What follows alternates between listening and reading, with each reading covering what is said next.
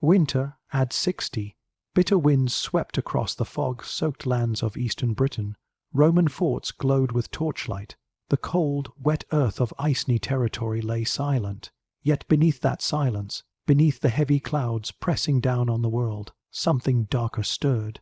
A storm was coming, one that would shake the Roman Empire to its core. And it began with a queen whose name would echo across nearly 2,000 years, Boudicca. To the Romans she was Boudicca, sometimes Boudicca in later legends. But to her own people she was simply the voice of their humiliation and the spear of their revenge. Her war cry would become one of the most powerful uprisings Rome ever faced outside the Middle East. And it all began the moment Roman chains closed around her wrists. The Iceni tribe had long walked a fragile political line with Rome. After Emperor Claudius' invasion of Britain in AD 43, the Iceni were considered allies, not conquered subjects. They paid tribute, recognized Roman authority, and were allowed to maintain their king, Prasutagus. This arrangement kept the peace. Rome preferred compliant puppet kingdoms instead of costly wars. Prasutagus, aging and painfully aware of Rome's appetite for expansion, attempted to protect his family by writing a strange will. He left half his kingdom to Emperor Nero, and the other half to his 2 daughters. In his mind, this would appease Rome and preserve his bloodline's rule. He had underestimated Roman greed. When Prasutagus died, Roman procurators, acting under the authority of the governor Suetonius Paulinus, dismissed the will as irrelevant. Rome did not share, it consumed. The Iceni kingdom was declared Roman property. Imperial agents flooded the land, seizing weapons, livestock, wealth, and the lands of the Iceni nobility. Debts, many fabricated, were suddenly demanded at sword point. Then came the brutality that would ignite a war. Boudicca, widow of Prasutagus, and now queen without a kingdom, stood firm when Roman officers arrived to announce Roman control. She refused to kneel. She refused to hand her daughters to Rome as hostages. She refused to validate the theft of her people's land. Her defiance enraged the occupying officials. To the Romans, the humiliation of a noble barbarian was a message, a warning to all tribes. Boudicca was seized, stripped, and publicly flogged. Her daughters were assaulted in front of her. Tacitus, the Roman historian whose records remain the clearest source of these events, described the scene as a deliberate political act meant to terrify the Britons into submission. Instead, it lit a fire. For the Iceni, honor and lineage were sacred. To publicly violate a queen was to spit on the tribe, the ancestors, and the gods. Rumor of the outrage spread like wildfire to neighboring tribes, notably the Trinovantes, who had their own long list of grievances against Rome after being displaced by Roman colonists in Camulodunum modern-day Colchester. Meanwhile, the Roman governor Suetonius Paulinus was far away in Wales, conducting a brutal campaign against the island of Mona Anglesey, the heart of Celtic Druidic resistance. He believed crushing the Druids would break the spirit of British tribes forever. But he had made a fatal miscalculation. While he marched west, the east was burning. Boudicca emerged from her suffering with a fury that transformed her from a queen into a symbol. She called on the gods, Andraste, the Celtic goddess of victory, to witness Roman cruelty and grant vengeance. Warriors gathered around her in growing numbers. Iceni nobles sharpened long, buried swords. Farmers abandoned their plows. Even tribes once divided by tradition began to rally under a single banner. The Romans had unleashed something they could not control: unity among tribes that normally fought each other. What made Boudicca's uprising different from earlier Celtic revolts was not only her leadership, but the depth of rage and humiliation felt across Britain. Roman taxation had escalated. Land seizures had devastated farming communities. When veterans settled in Camulodunum, they treated the locals as slaves. Temples to the emperor were built using forced labor. A giant temple to Claudius drained local resources while reminding every Briton that their land now belonged to Rome. The resentment was a furnace. Boudicca was the spark. By early AD 61, Thousands of warriors had gathered in secret meetings across forests, valleys, and tribal enclosures. Messengers traveled under darkness with news of rebellion. Entire clans swore oaths on sacred ground. The Druids predicted that Rome's rule was destined to collapse.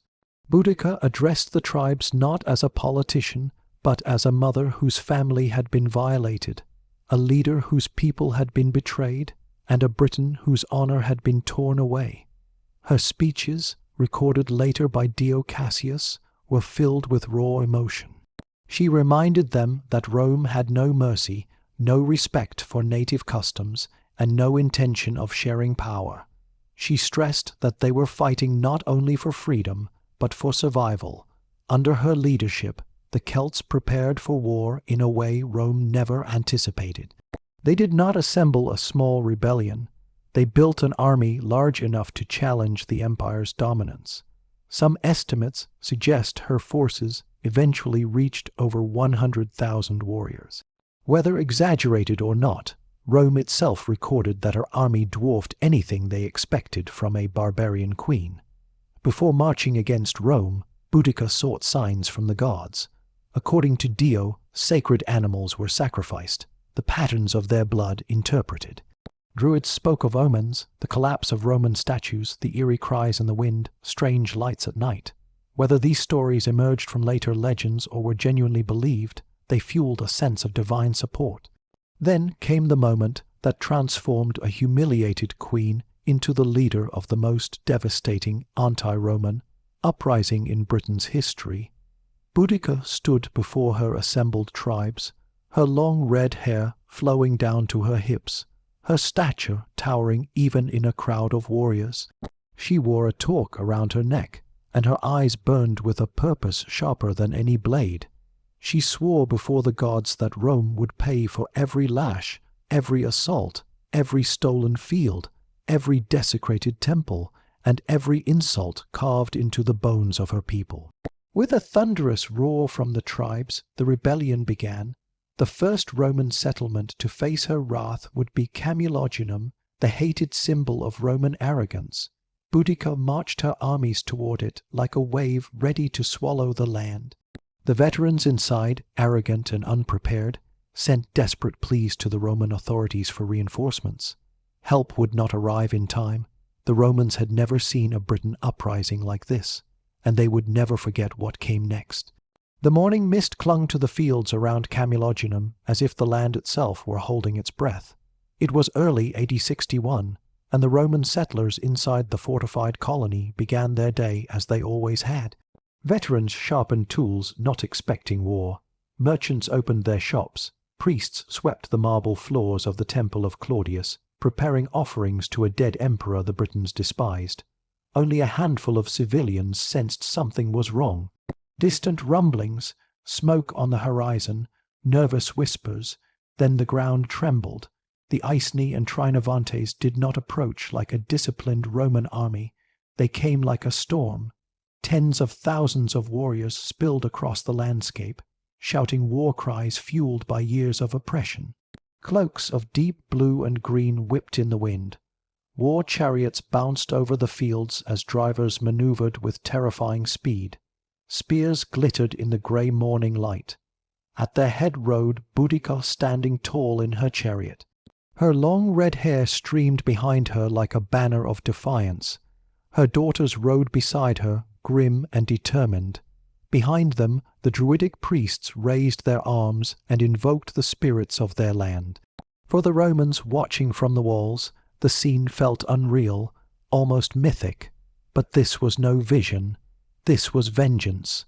Camulodunum was poorly defended, and it paid dearly for that weakness. Although officially a Roman colonia, it lacked sturdy walls. Veterans relied on arrogance more than strategy. They believed indigenous tribes would never dare challenge Rome. The few soldiers stationed there were lightly armed. Even worse, many of the Britons working inside the colony as servants and labourers slipped away during the night, carrying rumours of an approaching tidal wave of warriors. By the time Roman veteran leaders realized the size of Boudicca's coalition, it was far too late. The first wave of Britons crashed into the settlement with overwhelming force. Homes were torched within minutes. Panicked colonists scrambled for refuge inside the massive temple of Claudius, its stone walls rising like a fortress in the center of town. They barricaded the doors and sent messengers fleeing toward Londinium and Camulodunum's nearest Roman fort. They begged the empire for aid. Rome hesitated. The Roman governor, Suetonius Paulinus, was still deep in Wales, crushing the sacred island of Mona. He received the plea for help, but faced a grave dilemma: retreat and risk the failure of his entire campaign, or press on and leave the East defenseless. He chose to continue the Welsh assault. This was the moment Boudicca had unknowingly planned for. The small Roman force at Camulodunum, under the command of a handful of officers, managed to gather about 200 soldiers. They built makeshift fortifications around the temple and rationed their food. For 2 days they held out, but as the Briton siege tightened, their situation became hopeless. The temple walls, though strong, could not withstand fire and constant attack forever.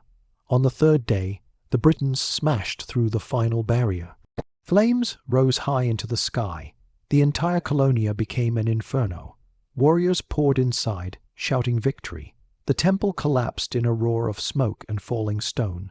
Every Roman found inside was killed. The colony was erased from the map.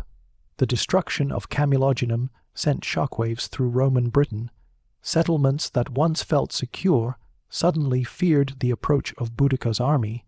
Survivors who escaped the massacre fled south with stories of brutal retaliation and overwhelming numbers. They described a Briton force so massive that the ground seemed to shake. They spoke of Boudicca's unbreakable resolve, of her speeches that lifted warriors into a frenzy, pushing them to fight with terrifying unity. The Roman Empire had faced rebellions before, but never one fueled by such raw hatred. Only one Roman unit attempted to relieve Camulodunum, the 9th Legion, led by Quintus Petilius Cerealis. He marched his infantry and cavalry with confidence. Rome believed that even a single legion could crush any barbarian uprising, but Cerealis underestimated the situation. His scouts failed to grasp the true scale of Boudicca's coalition. When the 9th Legion reached the outskirts of the burning colonia, they found themselves ambushed. The Briton warriors swarmed the Roman soldiers, overwhelming them with sheer numbers. The cavalry escaped, but the infantry was annihilated. The 9th Legion suffered one of the worst defeats in its history on British soil. Rome had lost control of an entire region. Boudicca did not slow. She marched south, her armies sweeping across the land. The rebellion was no longer contained to a single territory. It had become a wildfire, consuming everything in its path. Britons who had lived under Roman rule for nearly 20 years began to rise. Farmers abandoned their homes and grabbed spears. Shepherds left the hills to join the swelling ranks. Even tribes who had tolerated Roman influence now saw an opportunity to strike back and reclaim their autonomy. Rome found itself unprepared. Communication lines were broken, roads were blocked. The usual discipline of the empire faltered as panic spread. Merchants, settlers, and even soldiers fled toward Londinium, hoping to escape the coming catastrophe. Boudicca's march was methodical but furious. At every town her army crossed, she gave speeches reminding her warriors of Roman brutality. She invoked the humiliation of her daughters, the lashes on her back, the seizure of Iceni lands, and the forced labor in Camulodunum. She repeated the injustices again and again until every warrior felt the weight of their tribe's suffering. Her power was not military expertise, but emotional leadership. She gave the Britons something Rome could not, a shared purpose. From Camulodunum, she moved toward Londinium. At that time, a growing commercial hub, rather than the massive city it would later become. Londinium had Roman traders, Roman tax collectors, Roman officials, and Roman arrogance. It symbolized the empire's tightening grip on Britain. But when Boudicca's forces approached, Londinium was exposed and defenseless. Governor Suetonius Paulinus, having completed his campaign in Wales, finally marched east. When he reached Londinium, he assessed the situation and made a decision that shocked even his own officers. The city was vulnerable. His army was too small. He chose to abandon Londinium to save the remaining Roman forces. Civilians begged him to stay and defend them, but he refused. His duty was to preserve Rome's military, not civilian settlements. Thousands were left behind. The governor's departure sealed Londinium's fate.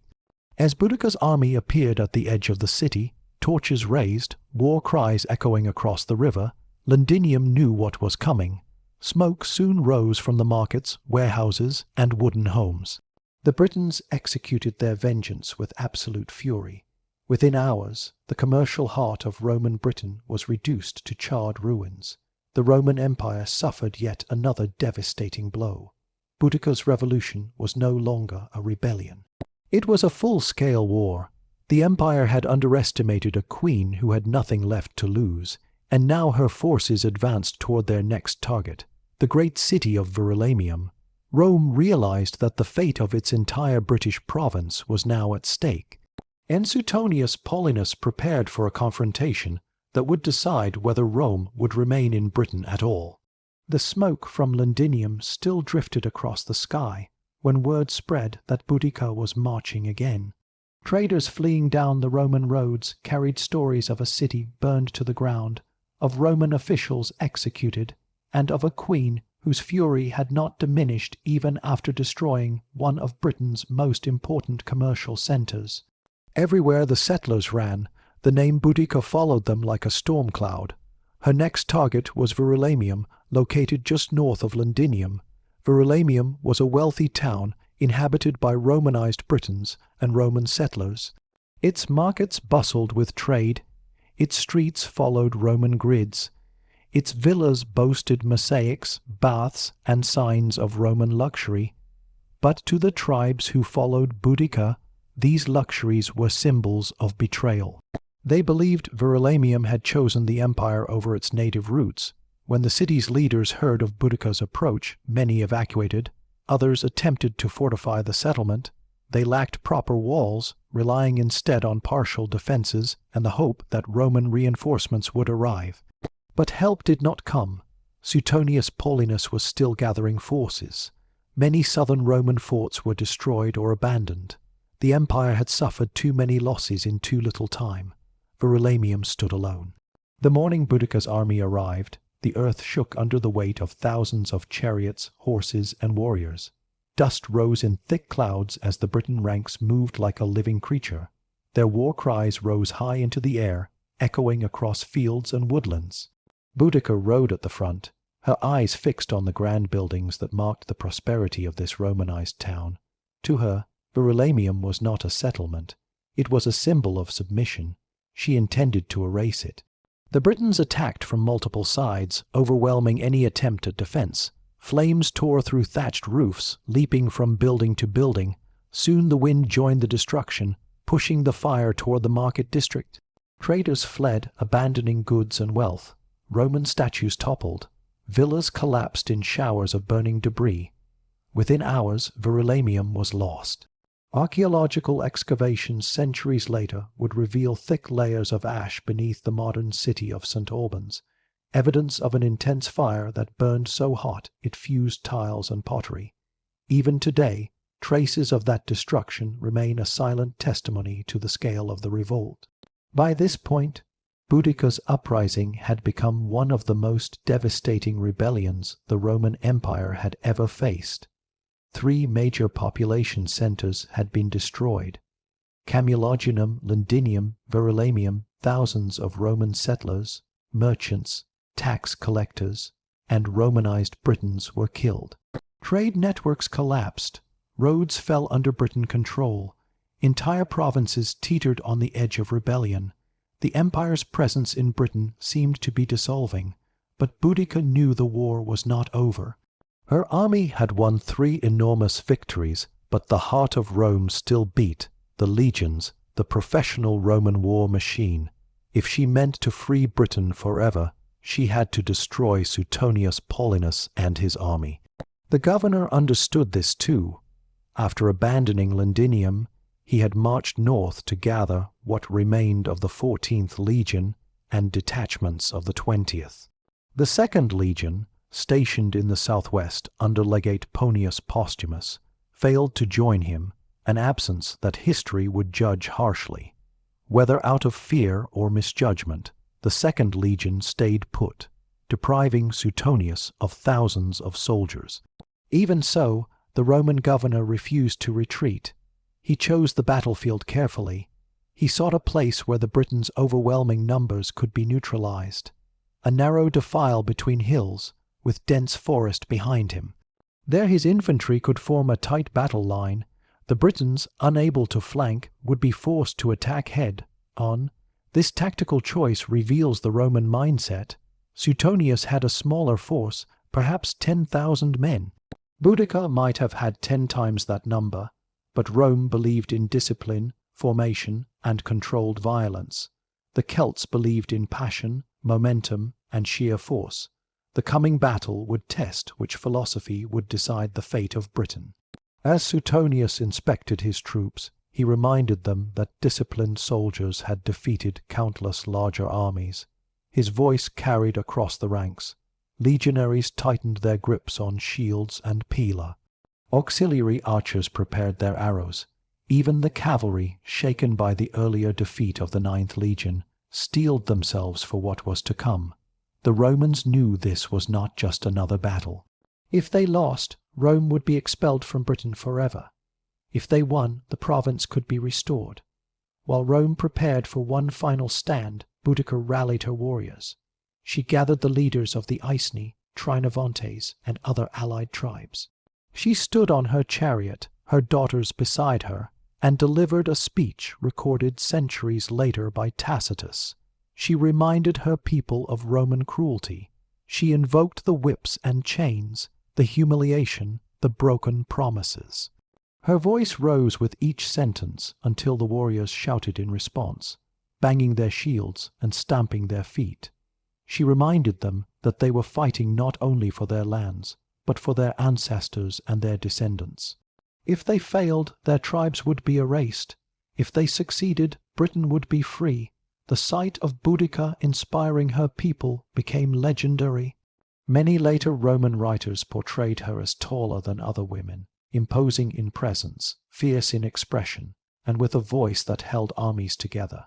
With Verulamium burning behind them, the Briton host moved toward Suetonius' chosen battleground. The warriors brought wagons, families, and supplies, forming a massive camp behind the army. This gave them confidence. They believed Rome had no chance of surviving. They expected one more swift victory. But Suetonius had chosen his location perfectly. As Boudicca's forces poured into the narrow opening, the Romans held steady. A Roman legion's greatest weapon was its discipline. No matter how loud the Britons roared, the Romans did not break formation. Shields locked, spears angled, archers waited for the signal. The tribes advanced, shouting in unison, eager to crush the last Roman resistance in Britain. This would be the battle that determined everything. Freedom or subjugation, survival or extinction, a future ruled by native tribes or one dominated by Roman authority. Boudicca rode along the front lines one last time, her daughters holding onto her chariot as she shouted words of encouragement.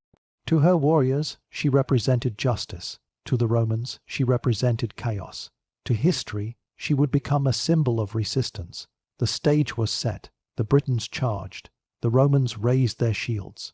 What happened next would become one of the most decisive and brutal confrontations in ancient British history, and it would determine the fate of Boudicca's rebellion forever. The air was thick with tension as Boudicca's warriors surged toward the Roman line. The sound came first, a deep, rising thunder of feet, hooves, wheels, and battle cries rolling across the battlefield like a coming storm. Dust filled the sky, the earth trembled. Every warrior believed victory was moments away. They had destroyed Camulodunum, Londinium, and Verulamium. They had erased Roman settlements and crushed a legion. Now only one final Roman force stood between them and total freedom. Across the field, Suetonius Paulinus watched the oncoming wave with a level gaze. He had chosen his ground with precision, The Roman army stood at the mouth of a narrow defile, hills pressing in on both sides, dense forest behind them. This meant only one thing: the Britons could not surround the Romans. They had to attack head on, and for a legion trained to fight in tight formation, this was the perfect setup. As the Briton warriors charged closer, Roman archers released the first devastating volley. Arrows hissed through the air, cutting into the front ranks, but the Britons kept rushing forward, fueled by confidence and rage. When the arrows ceased, Suetonius gave the signal. Roman pila flew. Hundreds of heavy javelins arced through the sky, striking shields, torsos, and heads with crushing force. Lines of warriors stumbled and fell, yet still they advanced. The Britons believed their sheer numbers would overwhelm any Roman formation. They had done it before, they expected to do it again, but the Romans did not break. The legionaries tightened their formation, shields interlocked, swords drawn. The front rank braced for impact. When the Britons collided with the Roman line, it was like striking an unmovable iron wall. The Celts swung great swords and axes with wild strength, but the Roman scutum shield absorbed the blows. The legionaries responded with short, precise thrusts of their gladius, each strike aimed at exposed ribs, stomachs, or throats.